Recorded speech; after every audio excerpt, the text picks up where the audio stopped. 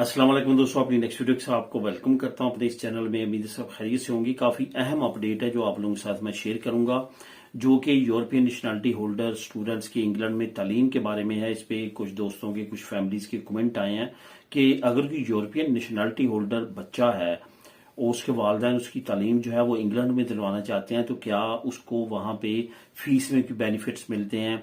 कोई उसमें खास तौर पे यूरोपियन नेशनलिटी होल्डर्स को वहां पे कोई ऐसी स्कीम है जिसमें खास कैटेगराइज किया जाता है? तो इन तमाम क्वेश्चंस के मैं जवाब दूंगा इस वीडियो में।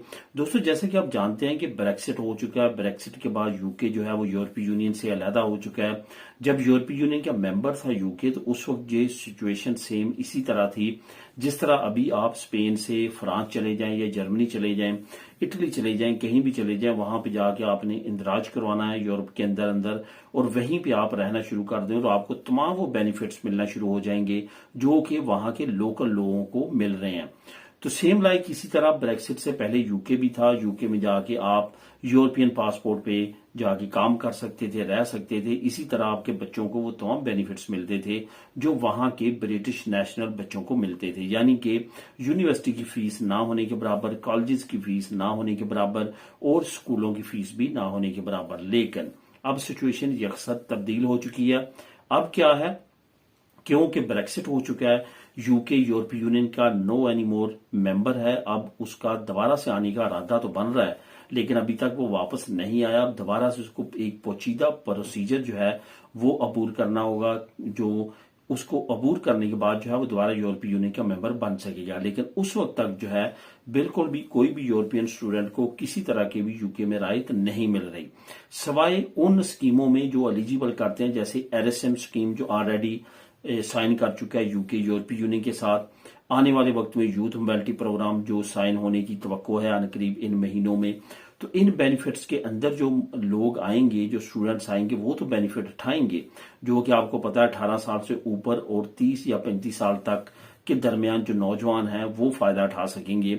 लेकिन अगर आप कोई टीन एजर या उससे कम उम्र के बच्चों को स्कूलों और कॉलेजेस में पढ़ाना चाहते हैं, उसमें आपको बेनिफिट, तो वो फिलहाल आपको बेनिफिट नहीं मिलेगा।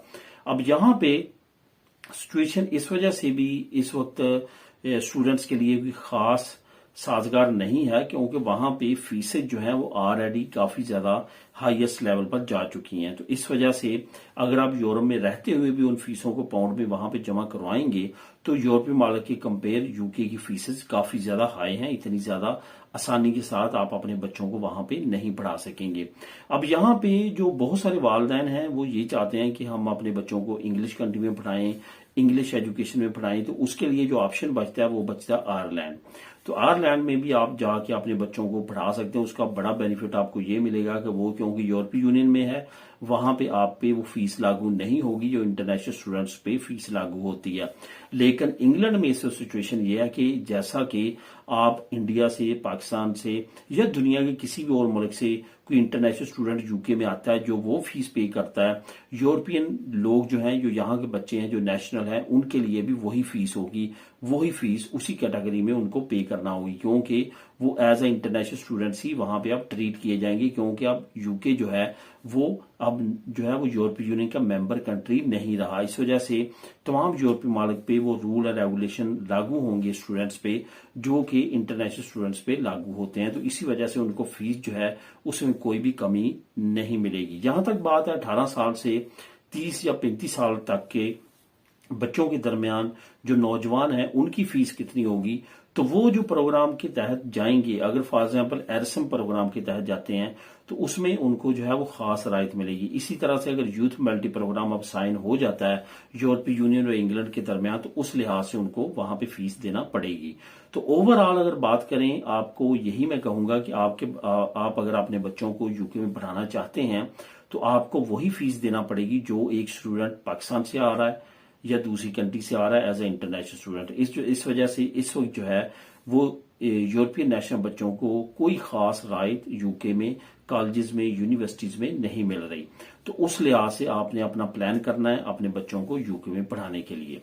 तो दोस्तों ये थी अपडेट। इससे रिलेटेड अगर आपके जहन में कोई और क्वेश्चन हो तो आप नीचे कमेंट कर सकते हैं। बहरहाल यूके काफी स्पीडली अब दोबारा से रिकवर करने की कोशिश कर रहा है, दोबारा से एंट्री लेने की कोशिश कर रहा है यूरोपीय यूनियन पे। अब ये यूरोपीय यूनियन है कि उनको ये वेलकम करते हैं या कि नहीं करते। मिले नेक्स्ट वीडियो में नई अपडेट के साथ। अल्लाह हाफिज।